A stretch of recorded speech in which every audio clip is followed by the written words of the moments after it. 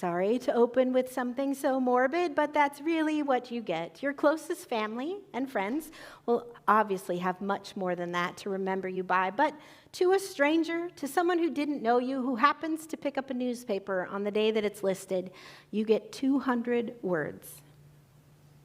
I've got a milestone birthday coming this winter, and I've started reading the obituaries in the newspaper. I remember that my mom used to tell my dad he was ridiculous for doing that, but I've started to understand his curiosity. And I keep thinking about what the 200 words are in my obituary that will list as the summary of my life.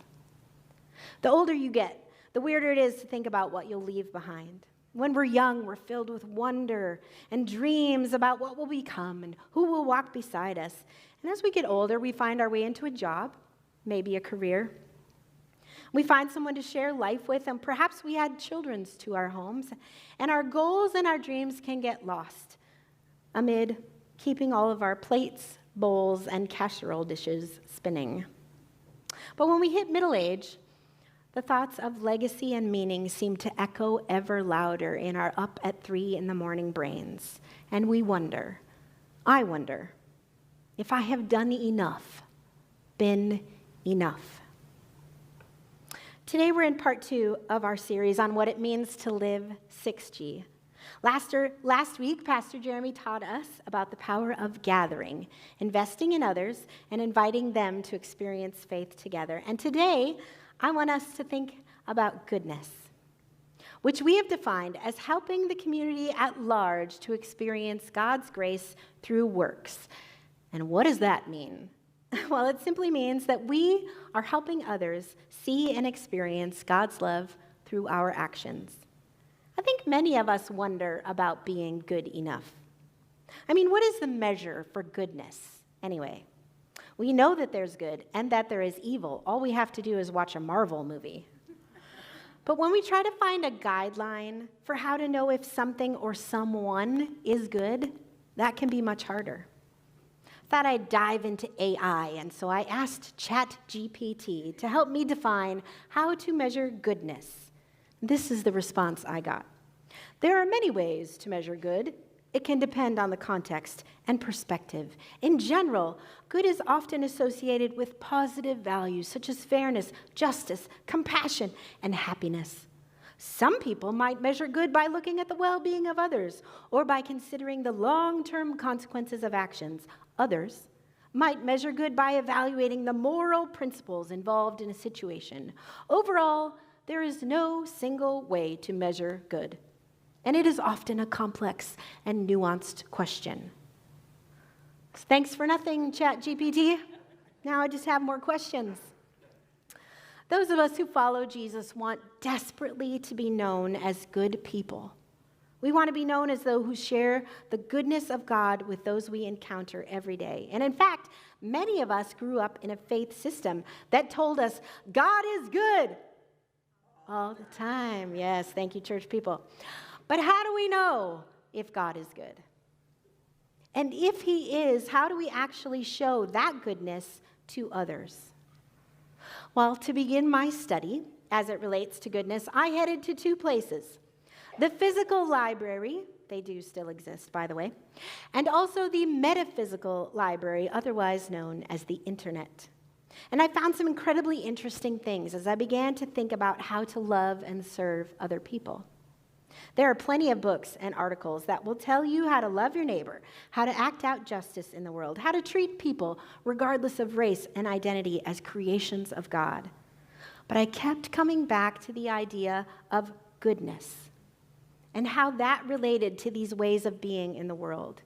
What does God's goodness have to do with how we treat each other? Well, I started with a passage that helped me understand the goodness of God. I Googled the story behind that song because it's one of my favorites that we sing right now. And I found out that one of the scriptures that inspired that song is found in Exodus chapter 33. So you can turn there. We're going to read from there in a moment. As you're turning, I'm going to tell you a little bit of backstory here. There is way more than we have time for today. But if you need to be reminded of the wishy-washy nature of the people of Israel after God delivered them from Egypt, You can feel free to turn back to Exodus chapter 13 and start the story there. Basically, as soon as they cross the Red Sea and the water is sloshing at their ankles, they start complaining.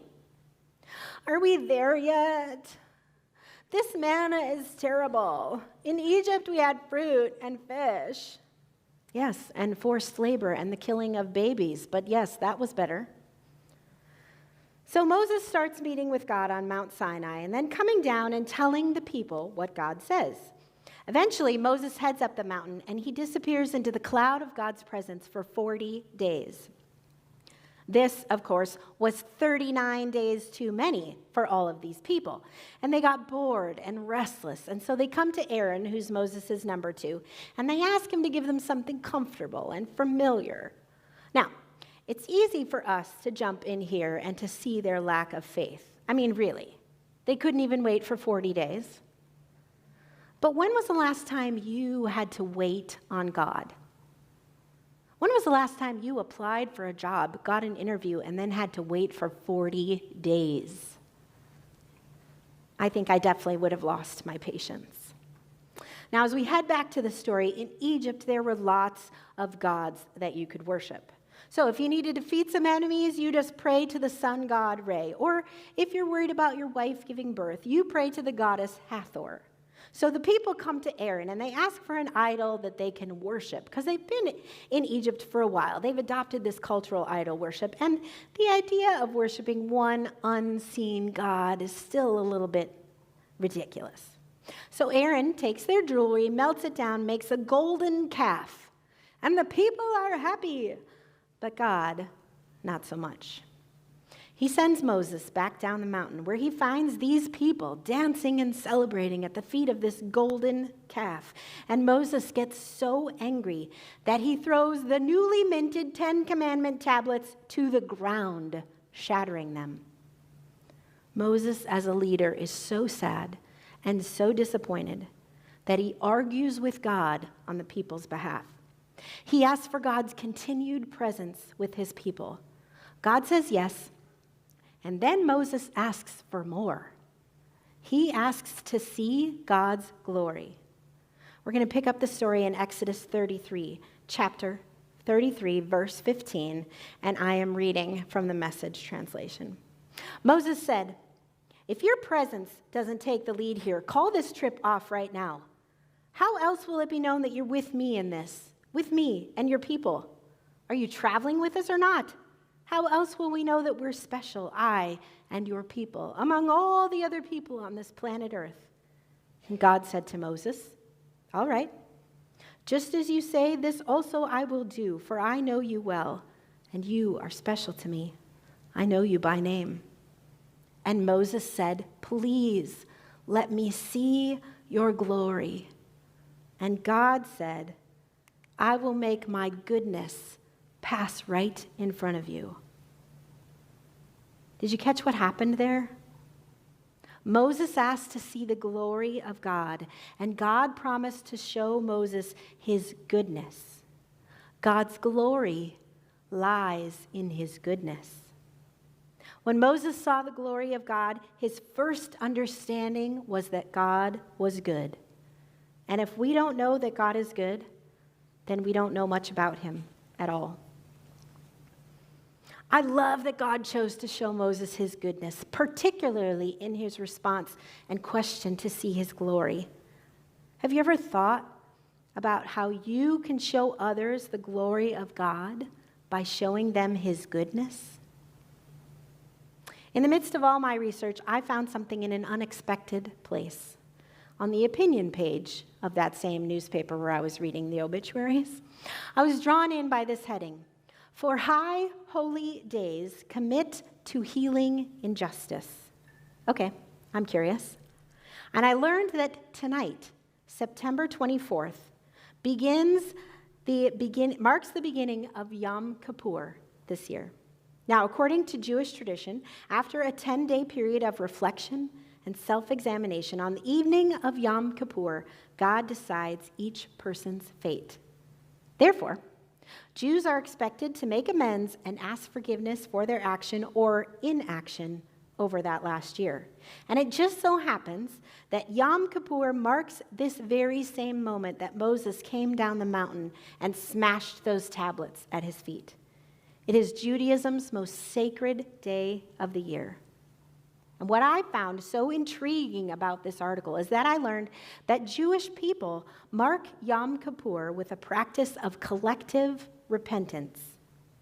The congregation stands together and recites a confession that begins, "We have trespassed. We have betrayed. We have stolen. We have slandered." And the list goes on and on. The author of the article closed by saying that it is great, but not enough, to make personal resolutions about being better people. We must make the collective decision to be better together. And so how do we do that? How do we, as Jesus followers, become better together? Well, it made sense to me to take a look and see what Jesus told us to do. Because God revealed his greatest glory in the goodness of Jesus.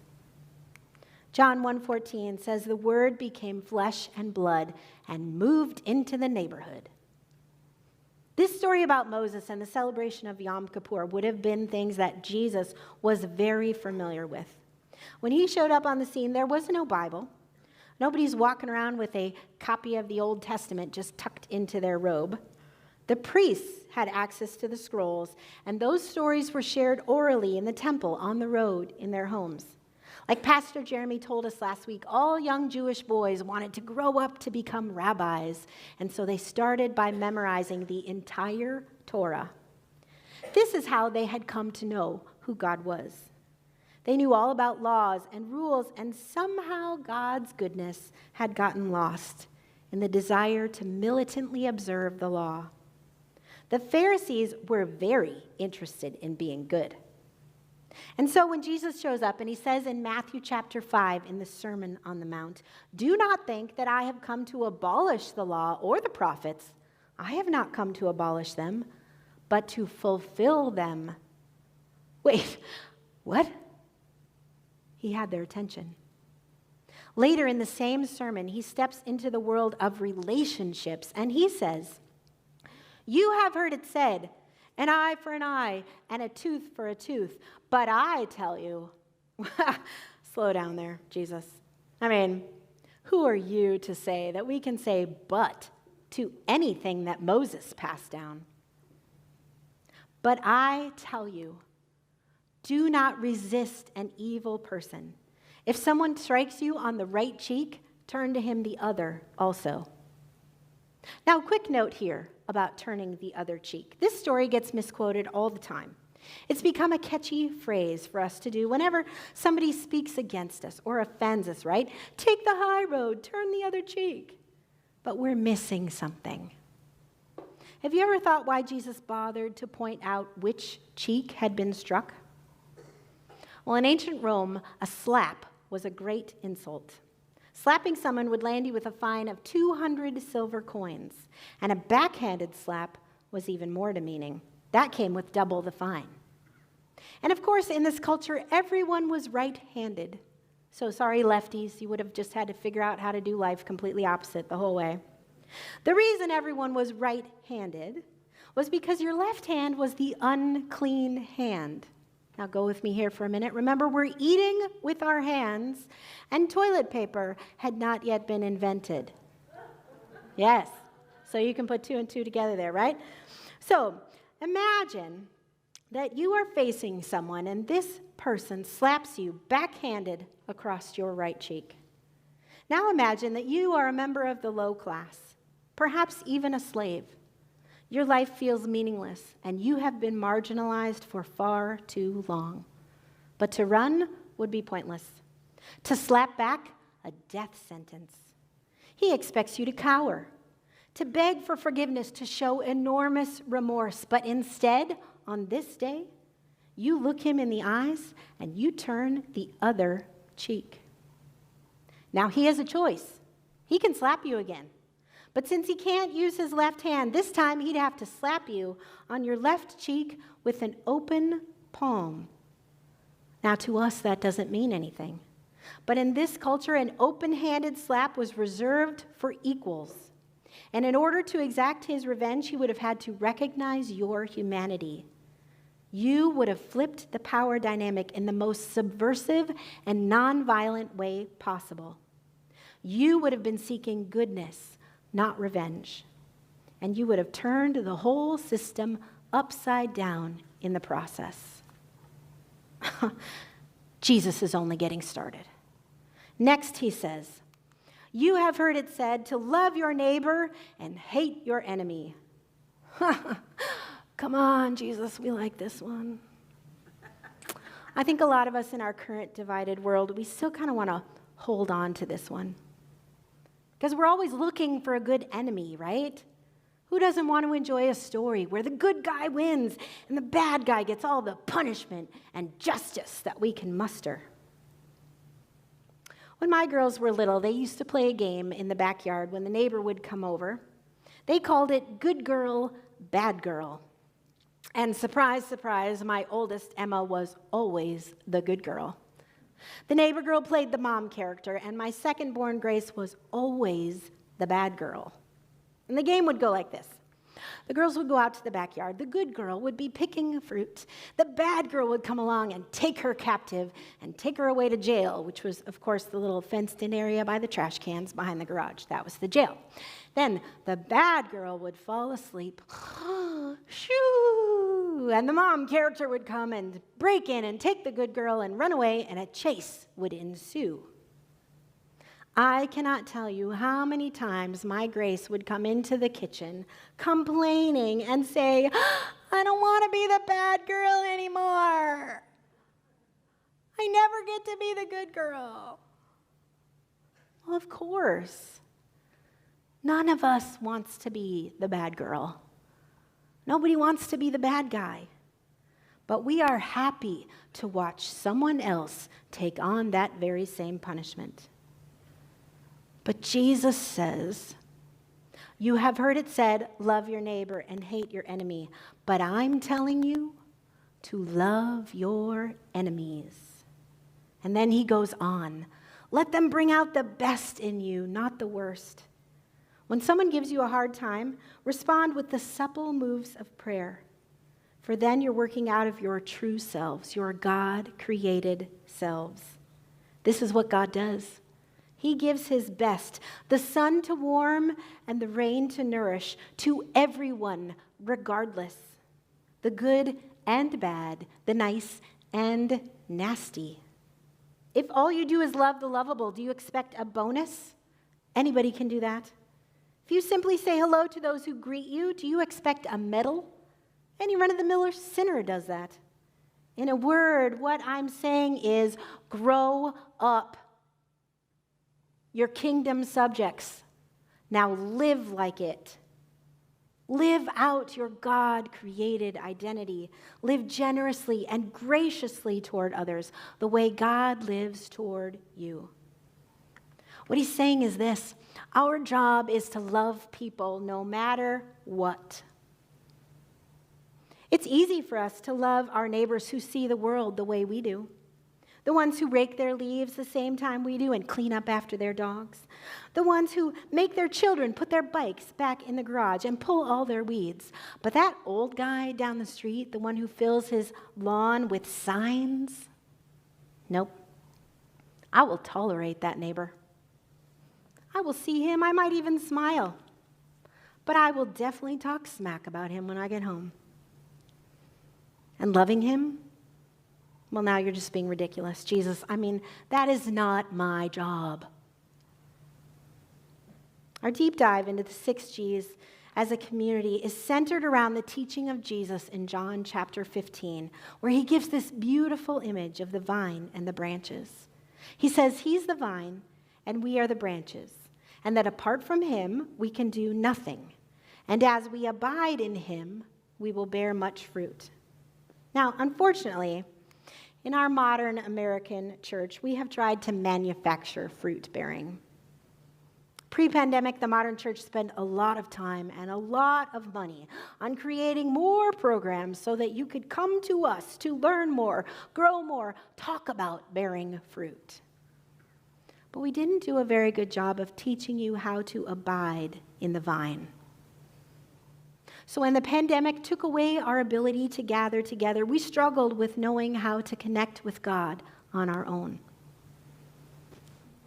I will go as far as to say that unless we learn to abide, we'll never bear good fruit. And if we aren't bearing good fruit, then there is no way for us to love people like Jesus told us to. No way for us to bring goodness into the world. I don't know how many of you are gardeners or how much you know about grapevines. I know very little, except that I love a good glass of French rosé. But I know tomato vines. I grow tomatoes in containers every year on my patio, and my family all know the difference between a fresh off the plant heirloom tomato and a mushy, mealy, middle of January tomato you buy at Cub out of sheer desperation. But do you know what I have observed about tomato vines? I've observed a few things. The first is this. Do you know what you have to do to grow weeds? Nothing. Weeds are weeds because they grow without any help or pruning or fertilization. They love neglect. They love indifference. They love when you're too busy or too tired or too at the end of everything. They thrive there. But in order for your plant to grow and produce fruit, you have to pull the weeds. The second thing I've learned from my vines is that we make our plans, but God makes the weather. Some years my tomatoes have the perfect balance of sun, rain, and heat, but most years, weather gets in the way somehow. We get too much heat, and the stressed vines get plagued by bugs that thrive in that hot and dry environment. Or we get too much rain, and the fruit develops blossom end rot, where the top half of the tomato is lovely, but the bottom half is rotten, and you just have to cut it off and throw it into the compost pile. The third thing I've learned from my tomato vines is that the vine is crazy strong. We have a big open yard behind us, and when the storms roll in, serious wind can whip up and across our patio, and I have had entire planters fall over. And the vines get bent, but they rarely break. It surprises even me sometimes. So I have a couple of things, 2 questions, and then a statement of what we can learn from my tomato vines. The first is this: do you have weeds? Has your goodness toward others become overtaken by the fast-growing weeds of neglect and indifference? It's time to name them and pull them out. Maybe the weeds that are growing are those of conflict and division, and you can't even tell what the real fruit is supposed to look like anymore. What if we pulled the weeds of indifference, and the next time we see our neighbor, we stop and ask how they are doing? Could the fruit of understanding grow? What if we pulled the weeds of judgment and we gave that person on the street corner money, not judging where they might spend it?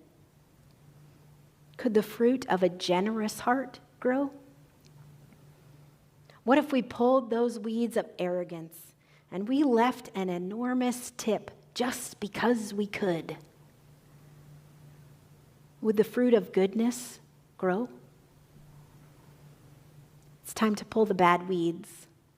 It's time to invest and fertilize in the good. The second question is this: how is the weather in your life? Do you need to accept the weather that God has brought? Is it cloudy all the time? Have you had too much rain? Are you basking in the sun? All of these things will affect you and your fruit. So name the weather. Thank God for the sun or ask Him for an umbrella. He already knows where you are, so let's just talk to Him about it. And the third is a statement. Never, never, never forget the vine. He's got you, really. No matter the storm, no matter the wind, the vine will bend but not break. So take heart, rest, listen, learn, abide, and then watch the fruit of goodness grow. But don't hoard it. The beauty of good fruit is that you don't want to just keep it to yourself. Let's find the fulfillment in sharing it with those around us. I've spent the last several months learning a lot about our church's history as I prepared for the 75th anniversary that we celebrated just a few weeks ago. And I couldn't help but keep coming back to the thought that the story of a church is really just the story of people. People who come together to seek out God's will. I thought of where we fit in that story as a group, as individuals. And I kept thinking about this quote from the poet Mary Oliver. She wrote a beautiful verse about life and the living of it called The Summer Day, where she describes an incredible afternoon stopping to look and listen and pay attention to what's around her. And she finishes with this epic question. Tell me, what is it you plan to do with your one wild and precious life? I don't know how many more days your wild and precious life will include. I hope it's many more. And the older I get, the more I hope that my one wild and precious life becomes a story filled with good fruit that overflows from a heart that loves Jesus and wants desperately to be more like him. I hope that my 200 words are filled with things like love, joy, peace, patience, kindness, goodness, faithfulness, gentleness, and self-control. I am not perfect. None of us are. And I have broken pieces that will be all along my life story. We all do. But we have the chance right now, today, to think about how we will write the rest of our story. So I'll ask you again. When you think about how you can bring the goodness of those to Jesus around you, tell me, what is it you plan to do with your one wild and precious life?